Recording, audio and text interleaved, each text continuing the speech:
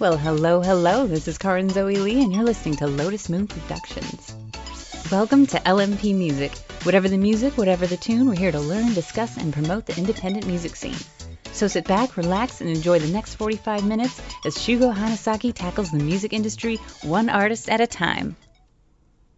Welcome back to the independent music side of Lotus Moon Productions. How's everyone doing out there today? I hope you're well wherever this reaches you. For the people in the US, I hope you enjoyed your Thanksgiving dinners last week. Our Thanksgiving was last month in Canadian land, and man, was it delicious. I love the smell of Thanksgiving throughout your house. But getting back to the podcast, we have a new guest of the hour, and I've been blown away by his music over the last couple of years. He's a synthwave artist, and without sounding too much like a fanboy, has released Synth Gold. With his recent album labeled Introspect from 2019, his collaboration with Ollie Ride on Wave Break, and his most recent single, Queen of Hearts, I'm happy and deeply honored to welcome Michael Oakley to the show. How's it going, Michael? Hello. Thank you for the wonderful introduction. Your check is in the post. Well, how can I not? I mean, it's the phenomenal Michael Oakley. It's funny because I obviously I know there's obviously a sort of glamour to all of that sort of stuff, but I would say I probably shy away from that. I love making music, but it's funny, just all of that stuff. The synthwave scene's such a funny community and I guess world. It's a very surreal place, that's for sure. But no, thank you for having me. Yeah, it's quite the honor, and the synth fan, the synth community. I've come to learn about it in the last few months. I've been listening to synthwave, really gotten into it in the last 3 or 4 years. But the synth fam has been so supportive and so amazing, and being able to connect with people like yourself is just mind blowing. And the fact that you just put music out there, and then people hear those hear those tunes, they hear your music, they hear your lyrics, and they're like, wow, who is this person? I love their material. I love their artwork. It's amazing. And then all of a sudden now people are like, oh, wow, Michael Oakley, I know that name. And I love to see you on stage. Like even your new Retrowave concert there that was shared. That was amazing. And that was in Toronto, right?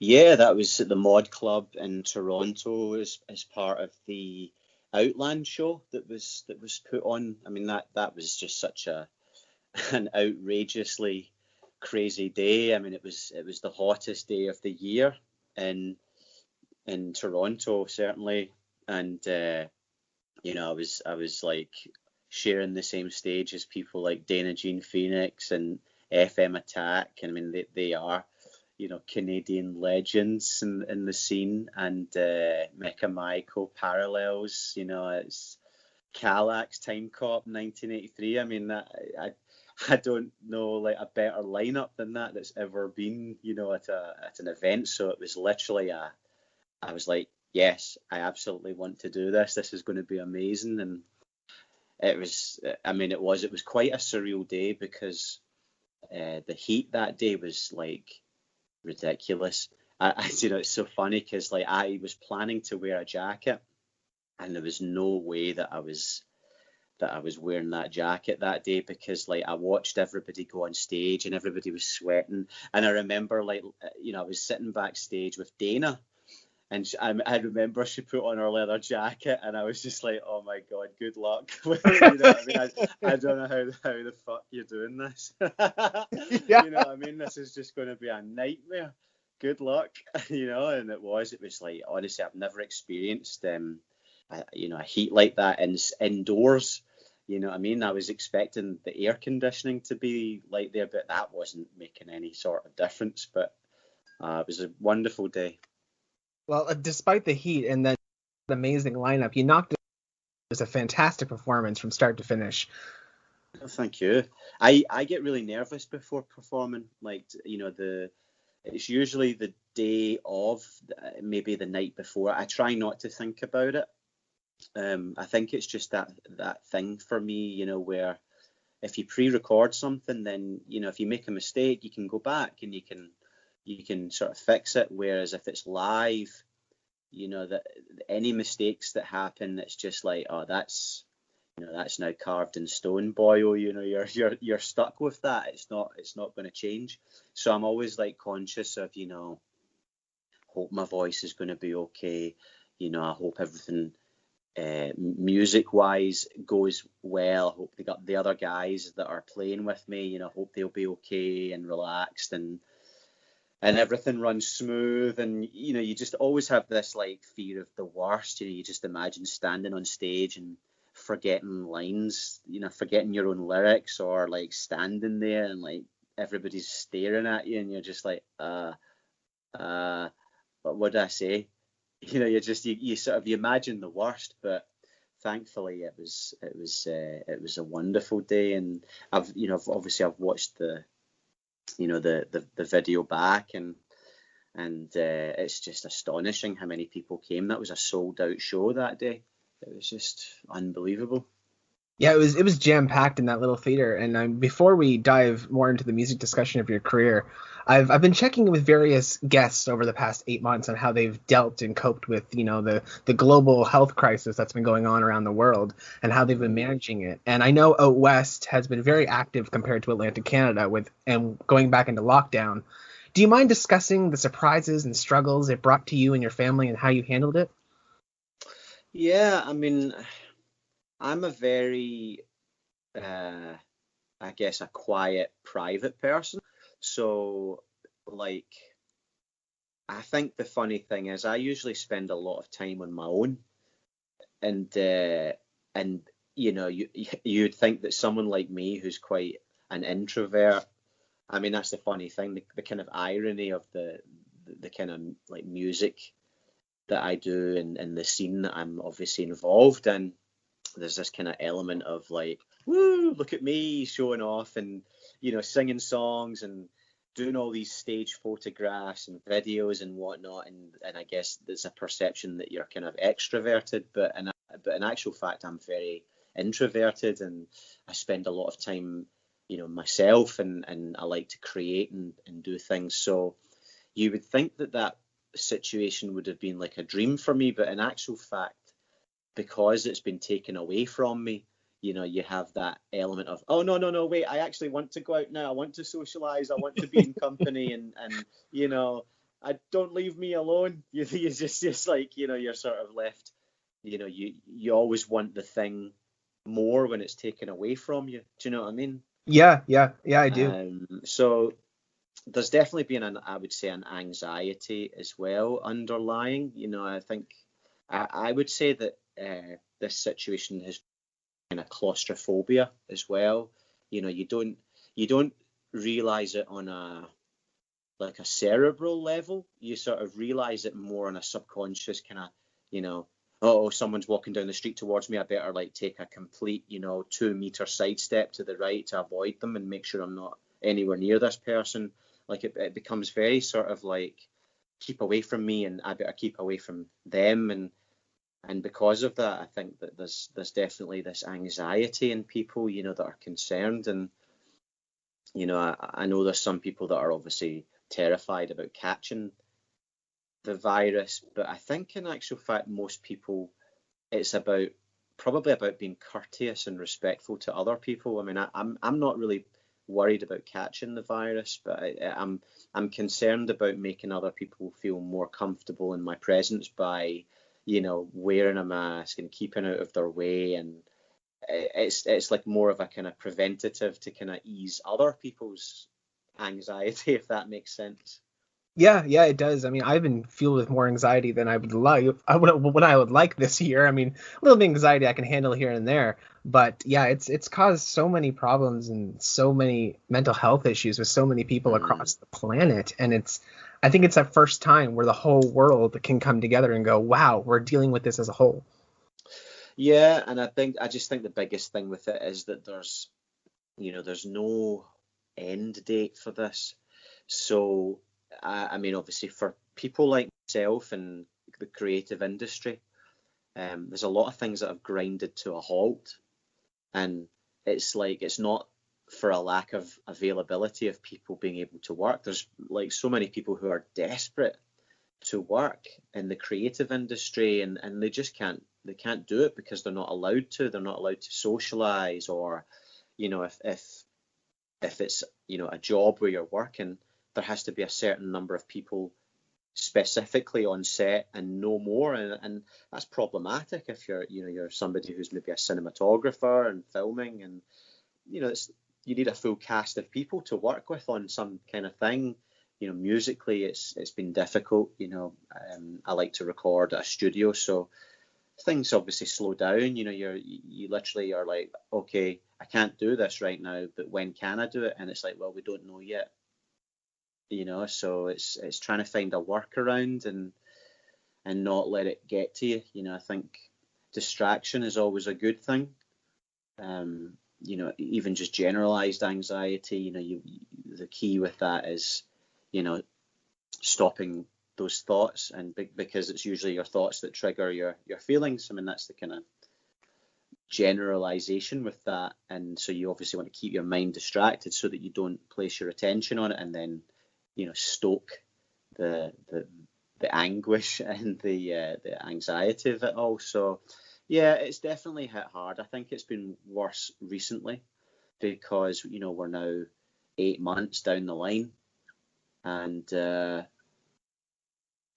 there's no end in sight. It feels like 2021 is a write-off. I mean, in my, not to be nihilistic or negative, but I just feel that 2021, in terms of people being able to go out to concerts and mass gatherings and whatnot, I don't see it happening. I just don't at this particular moment in time. Yeah, unfortunately, I don't see it happening either. I'm looking at 2021 as the cool down period almost, because I hear that the first part of 2021 we're going to have vaccines being circled around, and then everybody has to cool down and let everything happen, and then maybe in 2022 everything can get back to normal.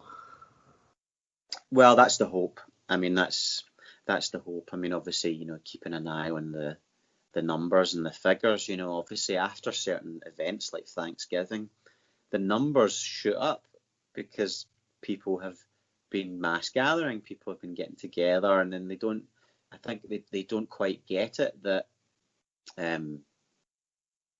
being in mass populated areas raises the risk of you catching it.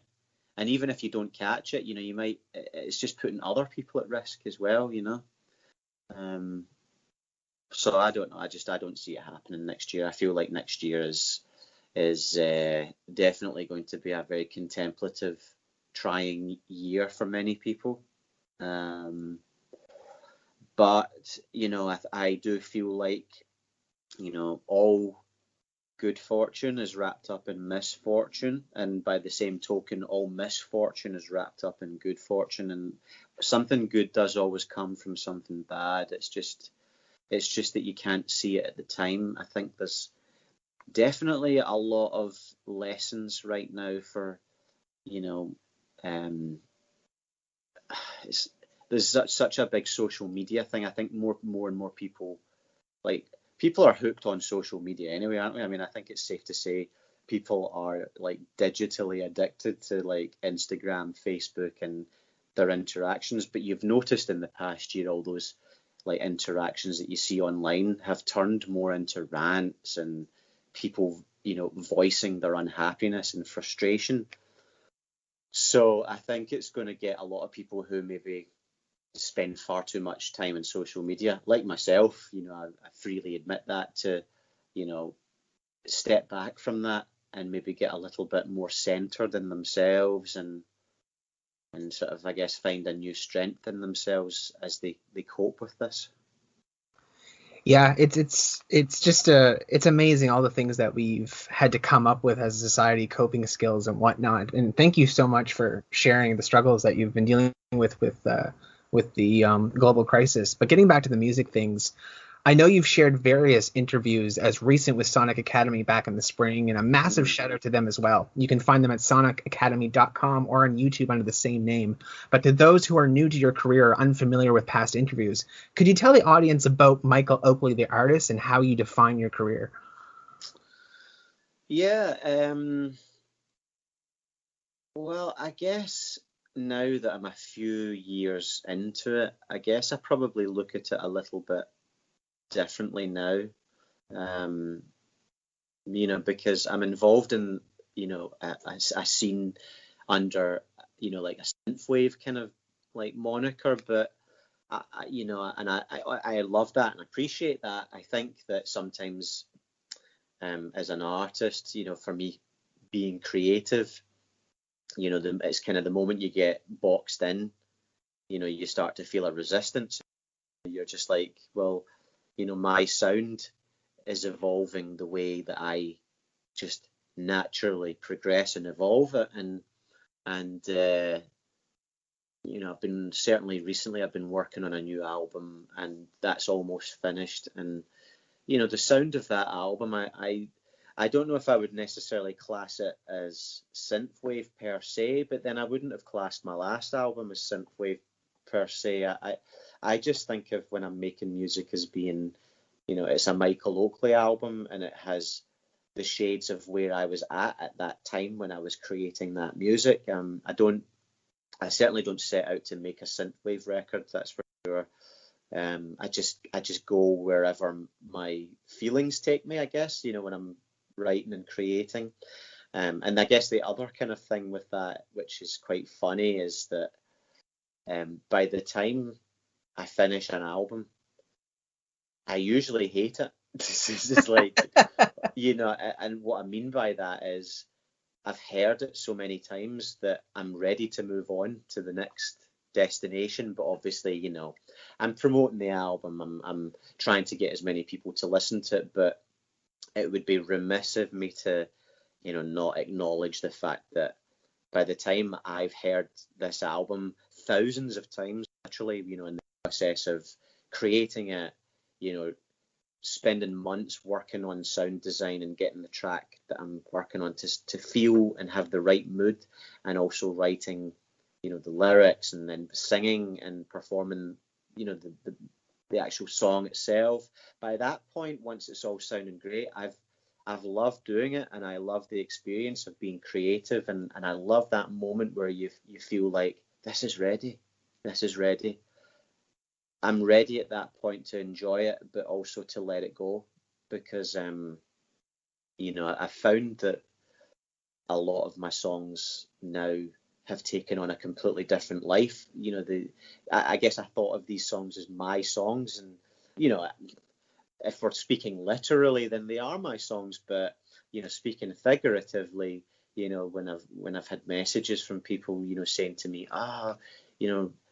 I get it. I get what you're talking about in Rabbit in the Headlights, being insecure about, you have these feelings for somebody, but you don't know how to tell this person that you love them, and all of the feelings that you have about, like, that it's like it starts to become someone else's story.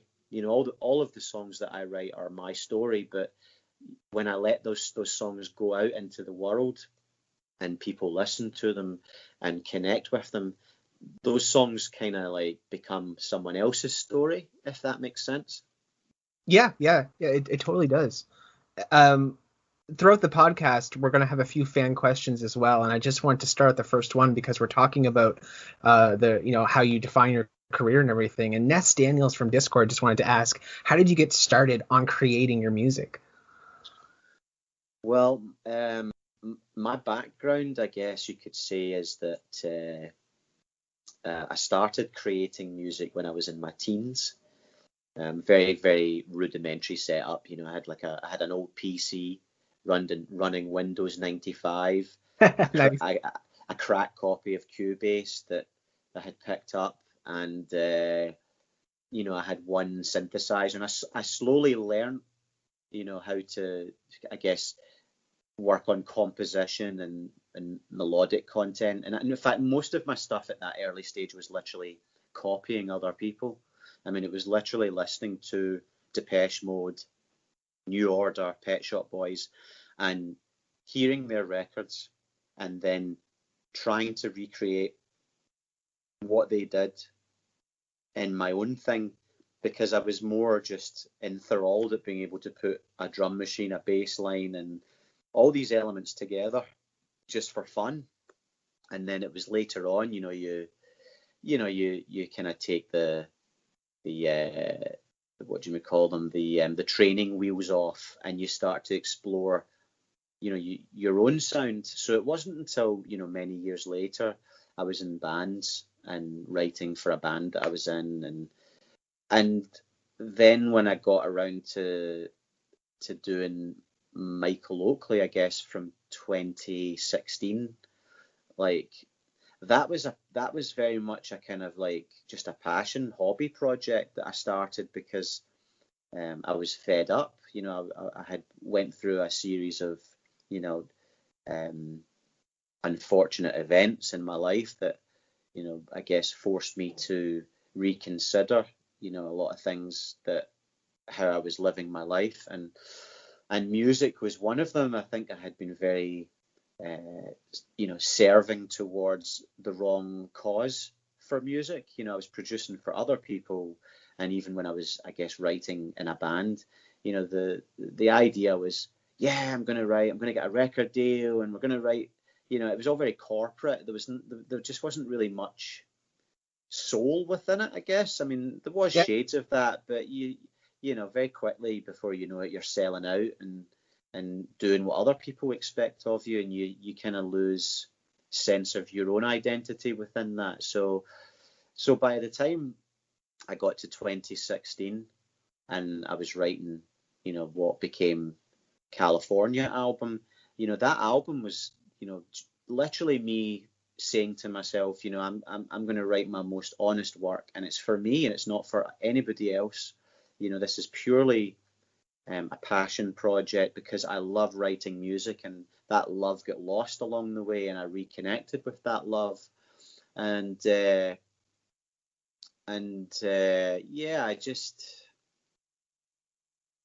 do think that you have to approach it with the right spirit. I think you have to approach it with the right intention, or it doesn't work and people don't connect to it because the honesty is missing. I can't stress that enough. I mean, always be creative because you love doing it. It's not to say that when I'm working on a song later on down the line at the mixing stage that I don't get frustrated and fed up, because I do. You've heard this song so many times. You're trying to get it right. You're trying to get everything to find the right balance so that the fidelity of the whole thing sounds great by your standards. And I'm a control freak. I'm very hands-on with all of it. So it can get frustrating later on at that stage, but simply sitting down and being creative, you should always enjoy what you're doing and love doing it, or you have to question why you're even doing it in the first place. I'm really glad that you mentioned the honesty about the tracks that come out, because I've felt that the emotion, the energy, and the passion needs to be. I found that a lot with various synthwave artists, including yourself, where I feel that energy, I feel that passion, I feel the truth, the honesty.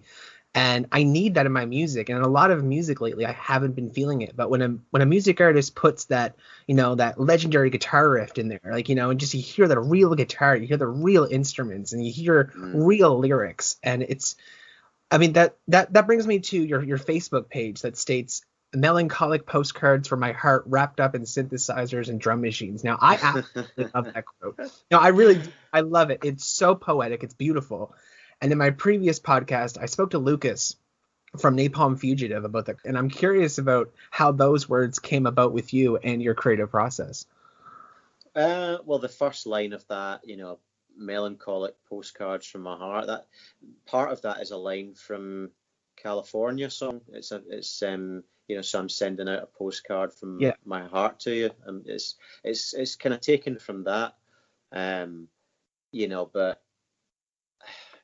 I guess I think of that as being my emotions dressed up in music. I mean, every song that I write is a true story about me and a situation that's going on in my life. So it's a funny one, when I try and think about it, because it just sort of comes to me. But yeah, I mean, I guess, postcard part of it as well. Is I like that idea of, you know, a postcard is from a time in your life. You know, when you write that postcard, you know, hey mum, hey dad, I'm having a great time. Wish you were here. Once you send that, it's very much indicative. By that time, that person gets that postcard. That moment's over. Yeah. You're probably back home by that point, by the time that person gets the postcard anyway. But, you know, all of these songs are from a particular time in my life, a particular moment, and it's just capturing that on, and I guess, a kind of postcard, because, you know, a 4-minute song to talk about maybe something that happened over a period of a year or several months, you know, obviously it's a very condensed, you know, way of doing it, similar to a postcard, where you try and cram in as much. Oh, today we went to the beach, and, you know, it's like, okay, that's just one little bit of the story, but you're trying to kind of get as much of the true nature and the truth of the story within the song to try and hopefully get people to understand the most important part of the story and what it meant to you and where you were at and how you felt. And that's that for me, I guess, is why that quote, I guess, came to me. I'm really, really glad that you shared all that. Thank you, because I meant what I said. I love that quote and the postcard analogy with, like, even that moment has passed. It's true, and, like, you know, one moment passes, and, like, even the moment that you explaining that has already passed.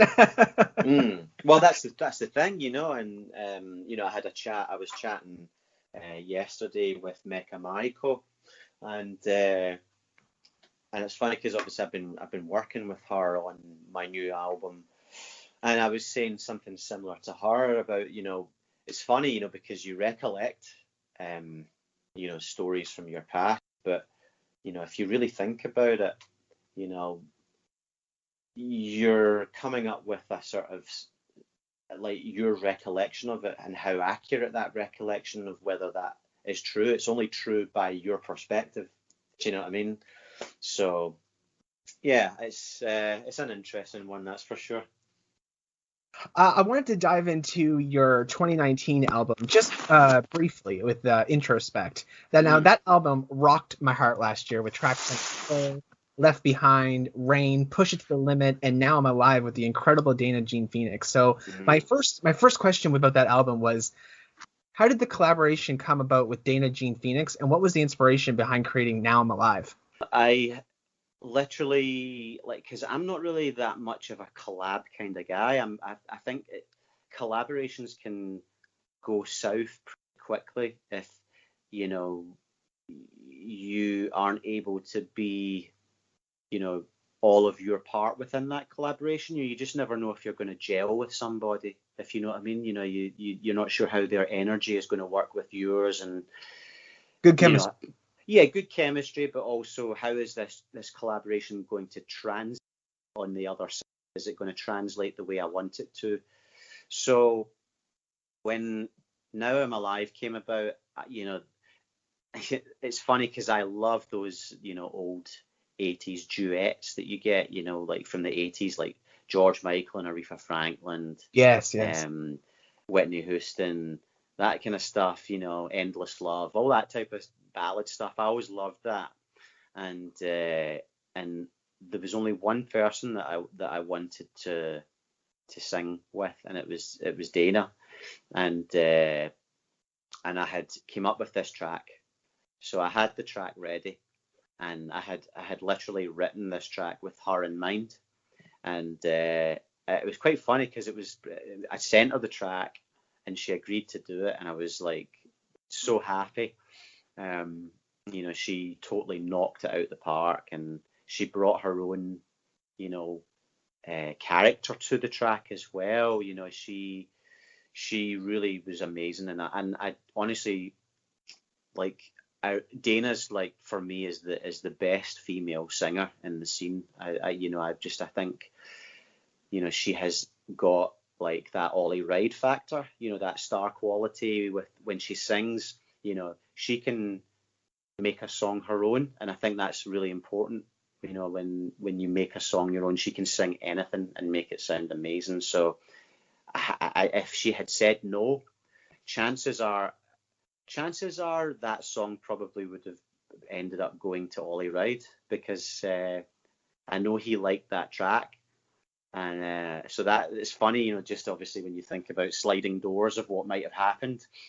If Dana had said no, then I would have given that track to Ollie, because he loved it, and he said to me, you know, I've got some ideas for this. So I'll never know what that track would have sounded like. I'm sure it would have been amazing, but yeah, I wrote it with Dana in mind, and even with my own vocal performance, you know, I literally kept it very understated, because I wrote it so that she would be the star of the show in that song, if you know what I mean. You know what I mean? It was just one of those things. I'm just I'm an afterthought in that song. You know, it was literally written with her in mind. And now, you know, even now, you know, myself and Dana were really good friends, and she's helping me with my new album as well as Haley. So yeah, it's kind of started a really nice friendship, and we're working together on stuff. So yeah, it's. Well, definitely a shout out to Dana Jean Phoenix, and for those synth lovers who have not heard her music, you have to go check her music out. Oh, she's amazing. Yeah, absolutely, one of the most incredible singers out there, and you're not even. It's not even exaggeration. Her voice is phenomenal. Oh, she's a powerhouse. I mean, she can. The thing is, as well, I said to her at the time, you know, I said, I've heard all of your stuff, but I've never heard you sing one of these types of ballads before. You know, so really you can go to town on it, be the diva that you want to be with this, and sell it, and you know, just express yourself and as much as you want with it. That's kind of what. So yeah. Well, now speaking of Now I'm Alive as well, we have another Discord question from IR Lucas, which is Lucas from Napalm Fugitive that I mentioned earlier. Okay, yeah. And he was curious about which virtual studio technology, the plugins, did you use for the electric piano on Now I'm Alive and the drums?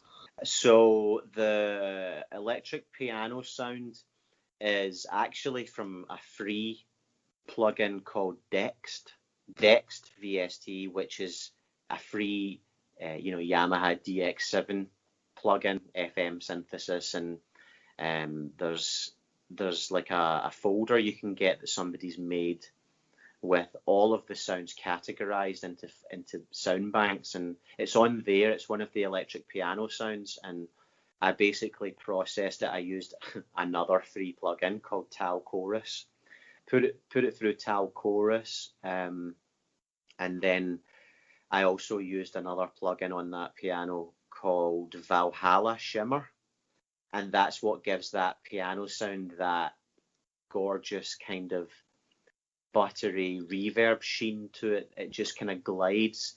You know, when I play those notes and then stop, you can hear the tail of those notes just kind of blending into everything. It just was really nice. So I kept that piano part understated. The drums are from a sample pack that I made called Retro Future. I made one of the things that I actually do is that I love doing production work, and I love to create sample packs. I do work for Sample Magic, Splice, and Sennheiser, and that's the sounds from that are in Retro Future. There were like these big, huge kind of kick and snare sounds that I got, and obviously the big tom sounds that are in as well. I've used those, and I've put them through gated reverb just to give it that sound. And the snare has a lovely like long decay reverb, just to give it that kind of like sort of spacious, you know, wet sounding kind of ballad sound that you get from the 80s. So yeah, that's how I came up with those particular sounds. I'm surprised I remember that. I never usually remember those kinds of things. Well, you certainly helped out Lucas there, and thank you for sharing that. No worries. Now, the track Left Behind was the first song that I've ever heard by you. I got into your career last year, as I said earlier, and that song rocked my socks. And I find it incredibly motivational at times with lines like, "You got to give more to keep this dream alive." Because as cliche as that is, it's true. If you want to keep any dream alive, you have to put the effort in, right? So, apologies if you've ever answered this before on a previous podcast or interview. But what was the inspiration behind the track? Left Behind, kind of surprisingly, actually, I wrote that song 2007. I wrote that song like 12 years ago. And it was one of the songs that I wrote when I was in a band. I was writing with a band, and it was the only song from that period that I still felt a huge connection to. And I guess it's a universal principle, because the concept that the whole message behind that song is that go that extra mile, because the extra mile is never crowded. It's if you want to achieve what it is you want to do, it's not supposed to be easy. There's a side to it where you're going to find a struggle, and you're gonna have arguments with family that are going to either unwittingly put you down or discourage you, because I think a lot of people have the best intentions for you and they don't want you to be disappointed, so they try and discourage you from pursuing something. But I mean, how the hell are you ever going to know whether or not you can do something if you don't really give it your all? And I guess for me, with my story, was when I went to do the California album, I had written the songs, and there's the side to the story where I went on a plane to Los Angeles and stayed with my friend James. He's in a band, Missing Words. That's his project. And I literally had a few $1,000 in my bank account, and it was literally like I put everything into that. It was literally a sort of do or die attitude. It was just like, yeah, I mean, I know I should probably be more security conscious about with that money, but you know what, it was kind of like, no, I mean, I'm not going to be on my deathbed thinking, oh, I'm so glad I saved that $4,000 and didn't bother chasing my dream, because I kept that money, I could go to the supermarket and buy my fucking dinner. You're not going to lose sleep over that. What you are going to lose sleep over is, I wish I had said yes. Maybe if I had just said yes, things could be so different for me. What if my whole life has been wrong? And I've consistently been given warning signs through your emotions. You get that feeling of that it's like that kind of sinking feeling that you get in your stomach, where you're just like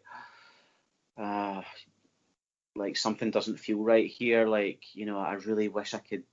People say things like, I wish I could, rather than, this is what I should be doing. I should be doing this. And what happens is you just end up in a shit life that you don't have any real feelings for. You're just, you're like, oh great, I'm working this job that I don't really care about.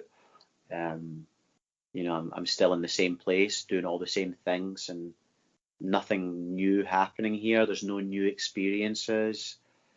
You know what I mean? It's just, you're supposed to spread your wings and get out there and do what it is. I believe we all have a calling in life.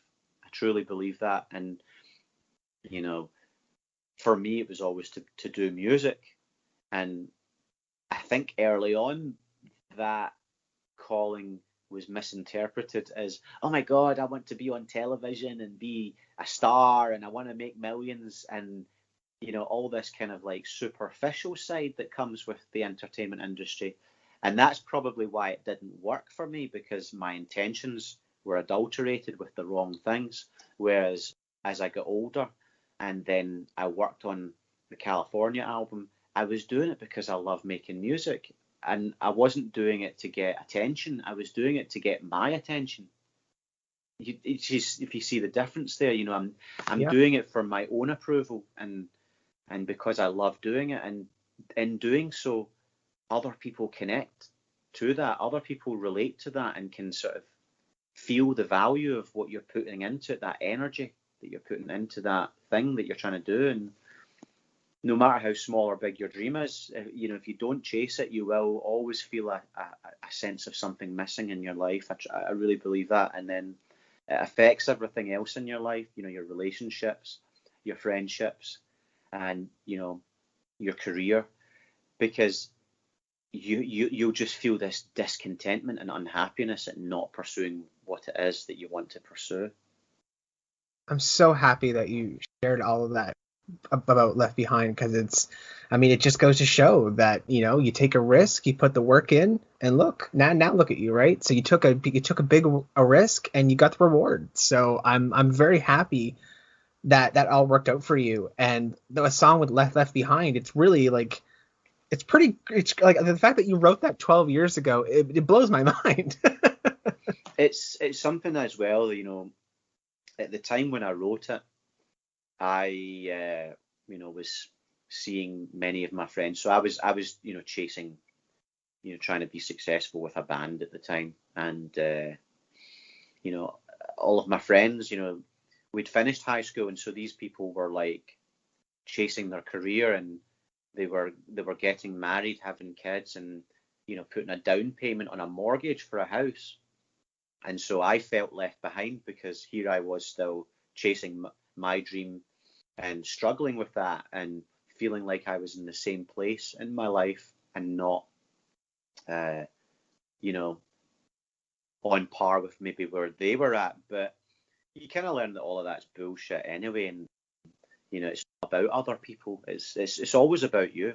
I mean, it's about you and how you feel about yourself, and being honest with yourself, and that's what's important. That's Yeah, it totally is. You have to. It's not selfish to live your dream, and like No. people always get that confused. It's never selfish to be selfish for your dreams. Ambition's not a dirty word. That's the big misconception.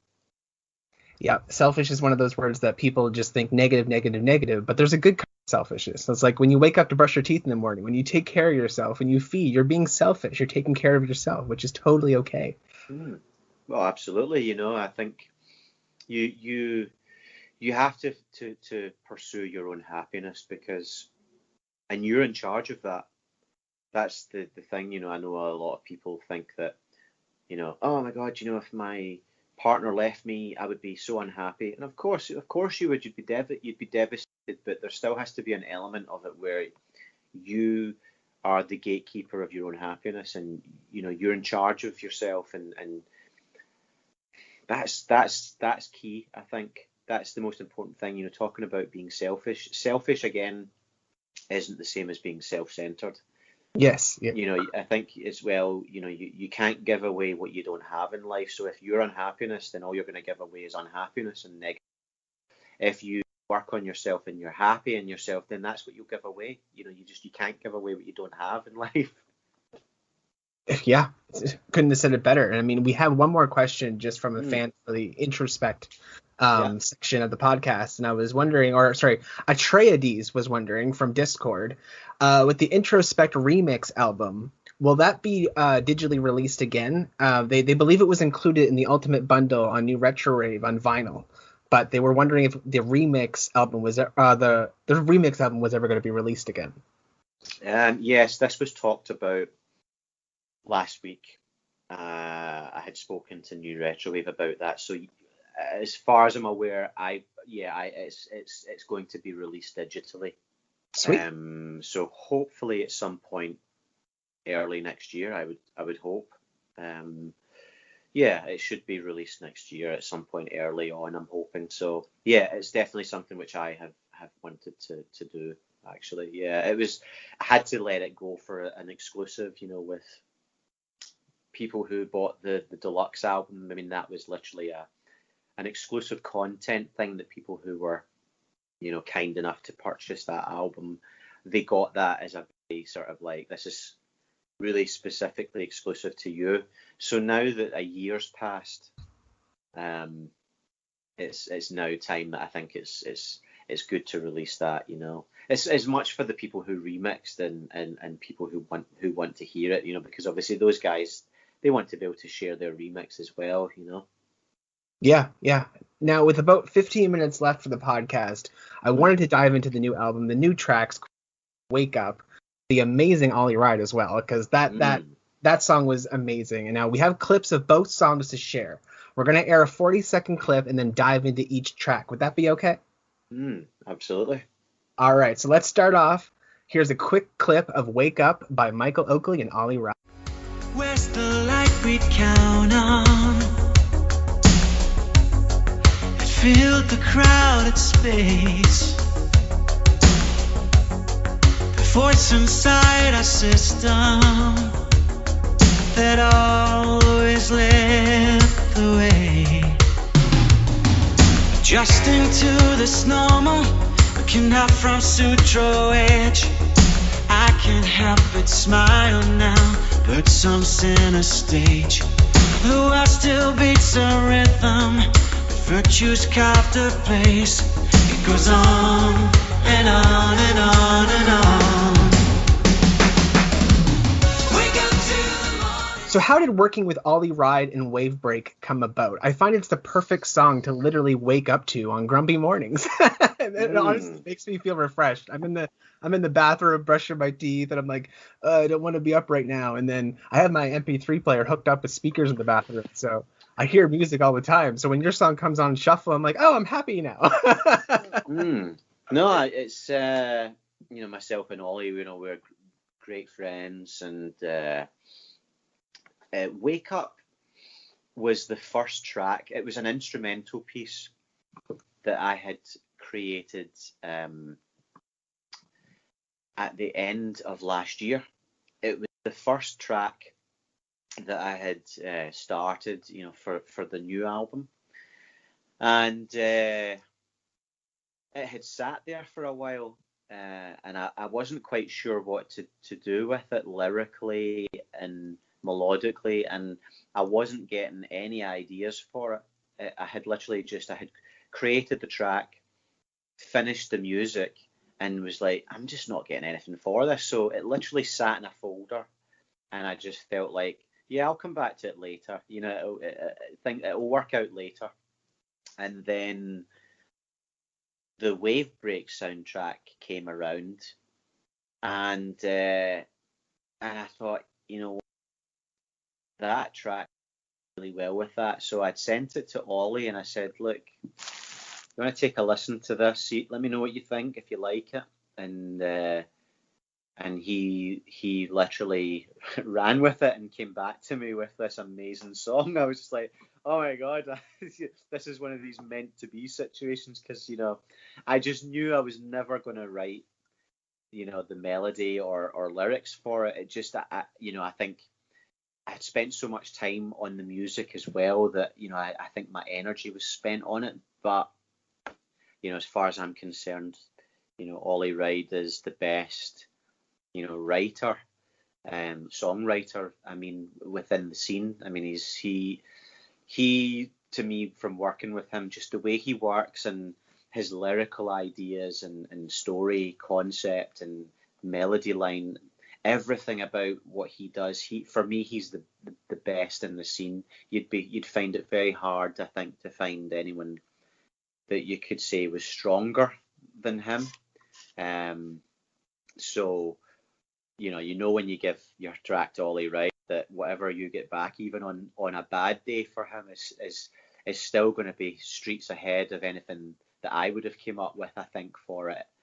So, yeah, we had this song and we were just like, oh my God, this is really good. And yeah, I remember he was talking to me about it, and he was telling me that it was reflective of how he was feeling about the situation that's been going on with COVID and people not being able to go out. And so it's a hopeful song, just trying to say things will be okay, we will come back to brighter days, and you just have to keep your attention on that. That's what I take from that song. But you'd have to ask him. He's probably got a more specific personal description of what it means to him, because it's his song in terms of the lyrics and stuff as much as it's mine musically. So it's a great song to sing, and I love the hopefulness of the lyrics. I think that's the key, So when the wave break thing came around, I just felt it was perfect, because I feel like that kind of music also, the way I describe the music, it sounds a bit like Toto Africa, meets, Billy Joel, We Didn't Start the Fire. It's Yeah. I can totally see that. Yeah. If you know what I mean, it's got that sort of vibe to it, and it sounds like it could be on Grand Theft Auto Vice City soundtrack, driving around Vice City. I could hear that. So that was another thing that I felt like when I had the opportunity when the guys from Wavebreak came around and said, we'd love to get you guys to a track and for this soundtrack. And I was like, I have the perfect thing for you.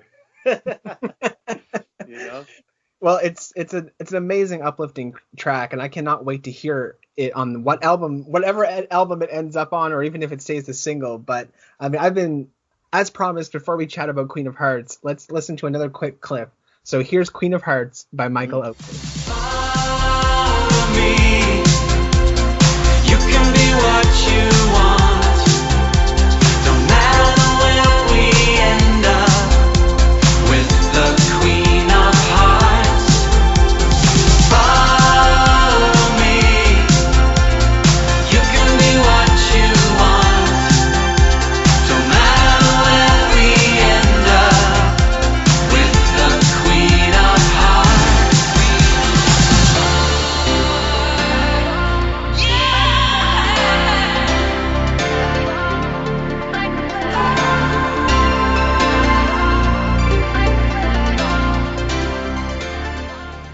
Now, I've been singing that song so much this year, I had completely forgotten at one point that it was only released back in May.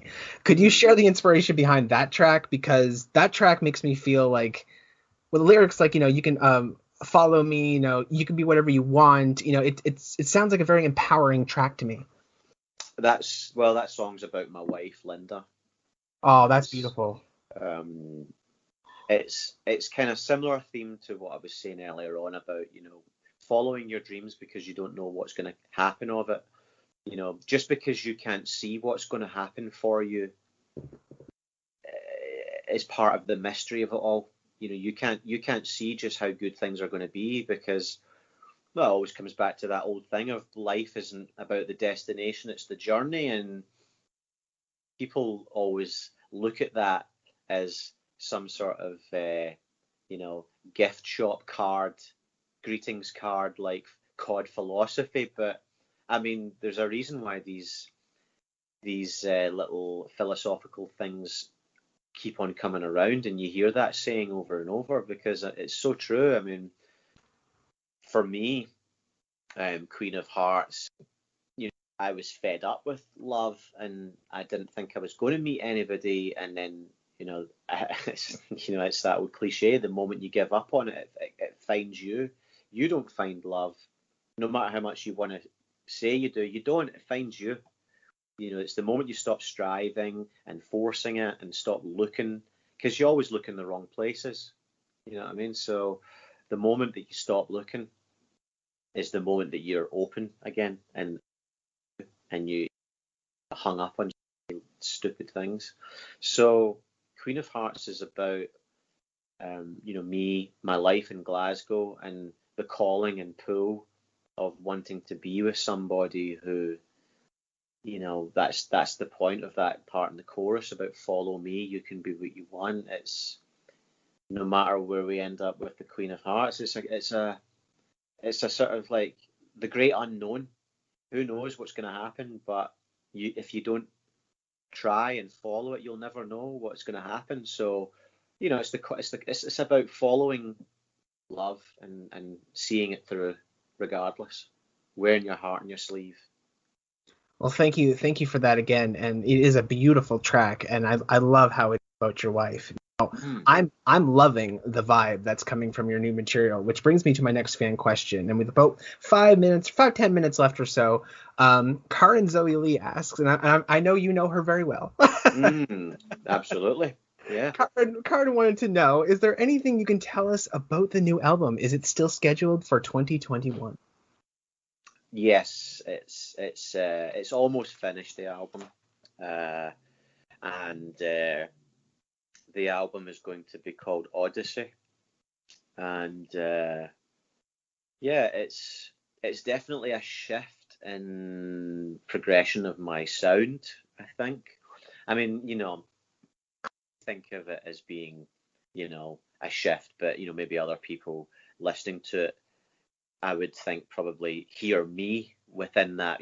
The fact that it's me, the one that's creating all my music, there's going to be some sort of signature, like, familiarness within the music. Do you know what I mean? That kind of keeps everything feeling kind of like they're from the same family, I suppose, and I won't even notice that because you just put your own signature brush strokes within your music without even realizing, But yeah, it's scheduled for release next year. I'm thinking that it's tentatively going to be May 14th, but deadlines are dangerous, so it will be out next year. Hopefully May 14th. That's what I'm hoping to release it on. That's the kind of provisional date that I've got. Sometimes you need a date as well, just to kick your ass in gear as well. You know what I mean? Like, you can end up spending like 4 years working on these songs, and then at the end you're just like, I don't want to do this anymore. Well, we certainly don't want any songs to get left behind. Well, yeah, the new album is definitely a new direction. The songs are, reflecting on my early life, teenage years. A lot of stuff happened during that time. It was I would say, significant to where I'm at now. It was a very funny, it's a pivotal period for me, at that time, because I was going through so many changes and experiences, and I think, I see a lot of albums that come out in the scene, right? And these albums are all this kind of like romanticized John Hughes movie version of what high school was like in teenage years, and Don Henley Boys of Summer and all that stuff. And it's just like, my Boys of Summer and my high school years were nothing like that. My high school years and then subsequent teenage years, what I would call my in-between years, that period where you've left school, but you're too young to be an adult, but you're too old to be classed as a child. So you're that in-between period until you get to about the age of 21, where then you can sort of really be classed as an adult. Those in-between years are a lot more darker for me, in some of my experiences. So I've been writing about some of that, and I've been missing home as well. I miss Glasgow, and I miss my family and my friends, and being there. It's been 3 years since I've been there, and I've written about that as well. But I'm very excited. I'm really excited about this album. I mean, I'm always, every time I do, an album, I'm excited. I'm always very proud of what it is that I'm doing, because I really do spend a lot of time and put a lot of honesty into it, and it's carefully, patiently, created. I let the song unfold, and you have to be patient with that. You have to let songs unfold the way that they're supposed to, rather than forcing it and just like, I need to just get this finished by the end of the week. And it's not like that. When you're trying to tell a story, there's a part of it where the story is coming to you rather than you telling it, if that makes sense. You know what I mean? And you only get that when you're patient with it. Well, I cannot wait until next spring. Yeah, I'm very excited about it. I'm very, very excited. Like I say, it's definitely a slight shift in progression in my sound. Probably I would say more 90s sounding than 80s sounding for sure. I love the 80s music, but I'm a 90s guy at heart, so. Well, that's the thing, my teenage years were spent in the late 90s. You know what I mean? So there's a part where that's kind of, I guess, applicable. It was the time that I lived in when all of that stuff was going on, and I don't know. I just don't feel like. I mean, how can I do another 80s sounding record? I mean, what could I possibly say that I haven't already said so far?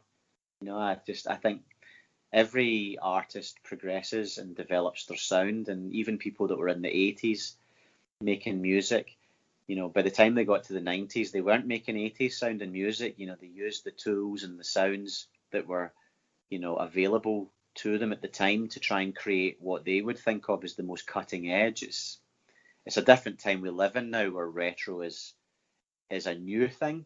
You just that concept, but I still think the same rules apply in terms of progressing and developing your sound. Now, with going forward, there's a couple of questions that were left over. Tycho from Discord asks, what is your favorite 80s film and favorite movie soundtrack? Oh, easy. Both the same. Scarface. No question, hands down. Push It to the Limit was a tribute to Giorgio Moroder. That's a tribute to him as in style of the music. I mean, I literally made Push It to the Limit as if it was something that you would hear off of the Scarface soundtrack. Even that cheeky little reference of calling the song Push It to the Limit, because there is another song called Push It to the Limit in the Scarface soundtrack. But Scarface is the greatest 80s movie. No question. That's awesome. That is awesome. It's the most quotable film, and the soundtrack is just incredible. That's so cool. And just finally, my mate Travis, he wanted to know, how do you make the keytar look so cool? By carefully making sure that you don't go out of range of the Bluetooth, or you're in trouble, because it's wireless. The keytar. It's something which takes a little bit of time to get used to playing it that way. Playing a keytar is difficult. It's you have to sort of like I've not played that keytar since the Outland time. Like, that's the last time I literally played that. It's been sitting, upstairs in my studio. So when it comes to me doing live shows again, I'm going to have to spend, a good couple of months playing that keytar to get used to the feel of how my hands move. You know what I mean? When I use it and stuff, and changing the patches that I play, because that's the beautiful thing. The keytar, you can change the patches. So I set up a sound bank so that when the next song is, I know what the set list is, so I can change the patches to play throughout the song, and then the next patch will be for the next song. So, I plan my sessions to kind of work with that. But yeah, I love the keytar. Dana's got a really cool keytar as well. She's definitely been an inspiration with that. That's really cool. The keytar is such a fascinating instrument. There's quite a few artists from Japan who used it since the early 2000s, late 90s, and I just love watching that stuff too. So, well, with that, we will wrap things up. Thanks so much for sitting down with me and chatting about your career, Michael. Thank you for having me. I really appreciate it. And it was an absolute pleasure to speak to you. And before I pimp out the old social media, why don't you shout out your socials and let everyone find you and find your music? Get me on Facebook, Michael Oakley Official on Instagram, and obviously hit me up on Spotify. That's where the magic happens. All right. And then you can find all of our socials also at SoundCloud under Lotus Moon Productions, Facebook under Lotus Moon Productions, Instagram under Lotus M Productions, Twitter under Lotus Moon Prod, and you can search us on YouTube under Lotus Moon Productions. So many Lotus Moon Productions. All right. Well, this has been LMP Music. Please be kind to one another. Be safe. And with that, we are signing off.